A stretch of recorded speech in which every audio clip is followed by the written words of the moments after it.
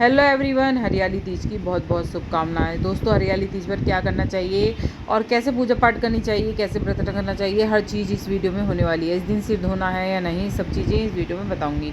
सबसे पहले क्या करना है, हरियाली तीज वाले दिन आपको सुबह जल्दी उठना है। इस दिन है ना, हमारे यहाँ तो व्रत रखा जाता है पूजा तक, 12-1 बजे तक रखा जाता है। इसके बाद ये जो है उपवास खोल लिया जाता है, मतलब पक्का खाना बनाया जाता है और उस पक्के खाने से ही ये व्रत खोल लिया जाता है। तो यहाँ पर मेरे पास जो मूर्ति है, इसमें सभी देवी देवता है, क्योंकि गणेश जी की पूजा सबसे पहले की जाती है। तो मेरी इस मूर्ति में ही गणेश जी हैं, तो मैं अलग से यहाँ पर गणेश जी नहीं रख रही हूँ।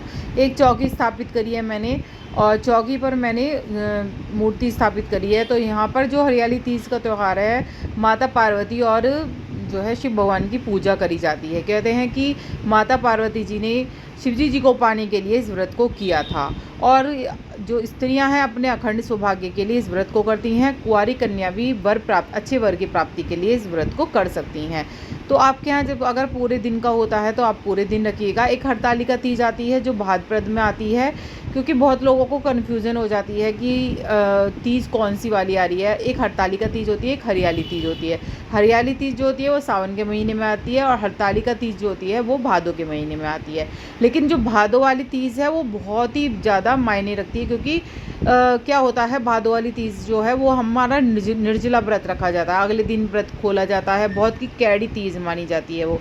और एक बार व्रत रख लेते हैं तो कभी भी उसको छोड़ना नहीं होता है। तो वो बहुत ही हार्ड तीज होती है, हार्ड व्रत होता है, और बस पानी के ऊपर ही वो व्रत रखा जाता है, अगले दिन ही उसका व्रत खोला जाता है। तो यहाँ पर मैं जैसे कि शिवलिंग बनाऊंगी मैं यहाँ पर, क्योंकि हरतालिका तीज पे पूजा करने के लिए मुझे यहाँ पर शिवलिंग बनाना है, और पार्वती जी की भी पूजा करनी है, गणेश भगवान की भी पूजा करनी है। तो मैं किसी न किसी चीज़ पर आसन जरूर दिया जाता है। आपने देखा होगा, जब हम शिवलिंग बनाते हैं तो बेलपत्री के ऊपर शिवलिंग बनाते हैं। अगर आपको कहीं नहीं बेलपत्र मिल रहे हैं तो आप इस तरह से फूल का सिंहासन दे सकती हैं, या फिर आप तिल, जैसे मेरे पास काले तिल है, उसका दे सकती हैं। चावल का सिंहासन दे सकती हैं, उसके ऊपर ये आप बना सकती हैं। ठीक है। तो यहाँ पर मैंने सबसे पहले गणेश जी बनाए हैं मिट्टी के। तो यहाँ पर मैंने गणेश जी को आकार देने के लिए उनकी सूंड बना दी है। तो ऐसा कुछ नहीं है कि आपको बहुत ही सुंदर, बहुत ही अच्छी आकृति बनानी, जैसी आपसे बनती हो आप वैसी बना सकते हैं। सुंदर बन जाती है तो आप सुंदर बनाएं, जैसी आप से बन जाती है वैसी बनाएं। इसके बाद संकल्प लेना ज़रूरी होता है, क्योंकि मिट्टी जो होती है उसके अंदर हमेशा भगवान नहीं विराजित होते हैं। अगर आप पूजा करने के लिए बना रही हैं तो जब ये पूरी आपकी बन जाएगी शिवलिंग वगैरह, तो आप भगवान से आग्रह कर सकती हैं कि आप इस मूर्ति में विराजमान होइए, मैं आपकी पूजा करना चाहती हूँ। तो इस तरह से संकल्प लेने के बाद ही पूजा आगे बढ़ानी चाहिए। तो जो मतलब हरियाली तीज है, इस दिन आप सिर तो धो सकते हैं। देख लिए, सिर तो धो सकते हैं, तृतीया को सिर धो लिया जाता है। लेकिन जो बाल कटवाने हैं, थ्रेडिंग है, ये नाखून कटवाने, ये सब चीज़ें नहीं करी जाती हैं। घर का कबाड़ा नहीं बेचा जाता है। इन चीज़ों को जो है तृतीया के दिन ना करें। अगर बाल मान लीजिए एक दिन पहले धो लें तो और भी अच्छा है, क्योंकि कोई सा भी व्रत हो, कोई सा भी व्रत, तो उसमें बाल धोने की मनाही करी जाती है। एक दिन पहले कहा जाता है कि एक दिन पहले ही सिर से आपको नहा लेना चाहिए। अगर नहीं कर पाते हैं तो आप धो सकते हैं, ऐसा कुछ नहीं है कि तृतीया को सिर नहीं धुलेगा, धो सकते हैं। ठीक है। यहाँ मैंने गणेश जी बना लिए हैं और शिवलिंग बना ली है, और यहाँ में मैंने माता गौरा बना ली है। माता गौरा को मैंने चुनरी उड़ा दी है। अगर आप श्रृंगार की सामग्री चढ़ा रहे हैं तो कम से कम 5 सामग्री ज़रूर चढ़ा दीजिएगा, क्योंकि हरतालिका तीज पे जो है, हरियाली तीज पे मतलब श्रृंगार की सामग्री ज़रूर चढ़ाई जाती है। तो यहाँ पर मैं चूड़ियाँ, अगर कुछ भी नहीं है तो चूड़ियाँ भी चढ़ा सकती हैं। ऐसा कुछ नहीं है कि 5 ही होनी चाहिए, 5 अगर नहीं है तो चूड़ियाँ भी चढ़ा सकती हैं। तो यहाँ पर मैंने चूड़ियाँ चढ़ा दी हैं। जो भी आपके पास है, चुनरी उड़ा दी है, इतना आप मेकअप कर सकती हैं भगवान का। ठीक है, माता रानी का।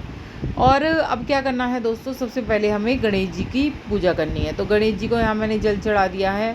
जल चढ़ाना है, दूध चढ़ाना है। ठीक है। तो यहाँ पर मैंने दूध चढ़ाया है, और थोड़ा थोड़ा चढ़ाना है कि कोई भी मूर्ति हमारी खंडित ना हो, क्योंकि मिट्टी के जो होते हैं शिवलिंग या मिट्टी की जो मूर्ति होती हैं वो खंडित होने का डर रहता है। तो पूजा के दौरान खंडित होना अच्छा नहीं माना जाता है, इसलिए कहा जाता है कि थोड़ी मात्रा में ही आपको जल या दूध चढ़ाना चाहिए।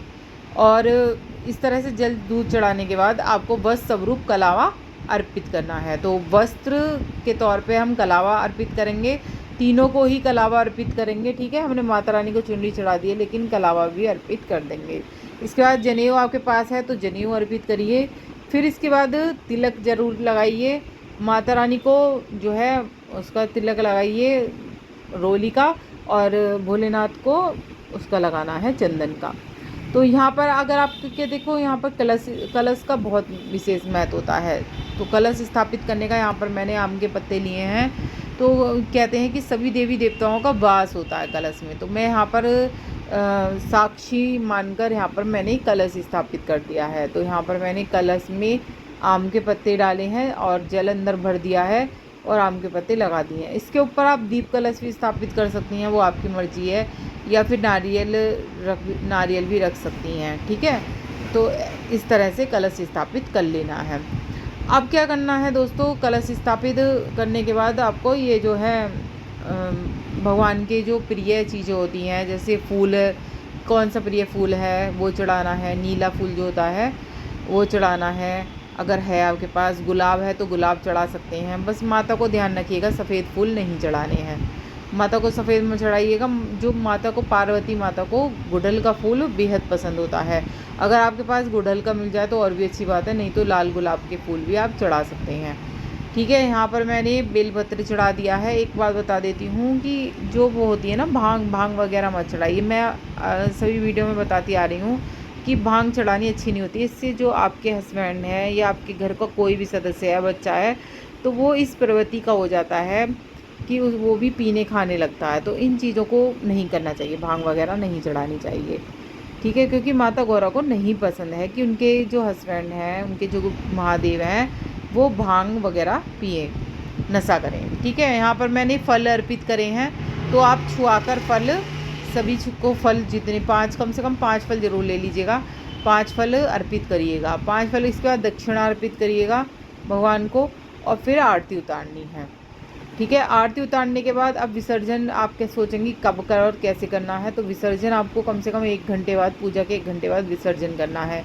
विसर्जन की वीडियो मेरे चैनल पे आ गई है, वहाँ आप देख सकते हैं। नॉर्मल आप किसी भी बर्तन, साफ बर्तन में पानी भर लीजिएगा, उसमें गुलाब के पत्ते डाल लीजिएगा, गंगा जल डाल लीजिएगा, और इसे मूर्ति को प्लेट सहित आप उसमें विसर्जन कर दीजिएगा। बस तुलसी के गमले को छोड़कर अन्य किसी भी गमले में आप ये जो है मिट्टी जो हो जाती है उसको डाल सकते हैं।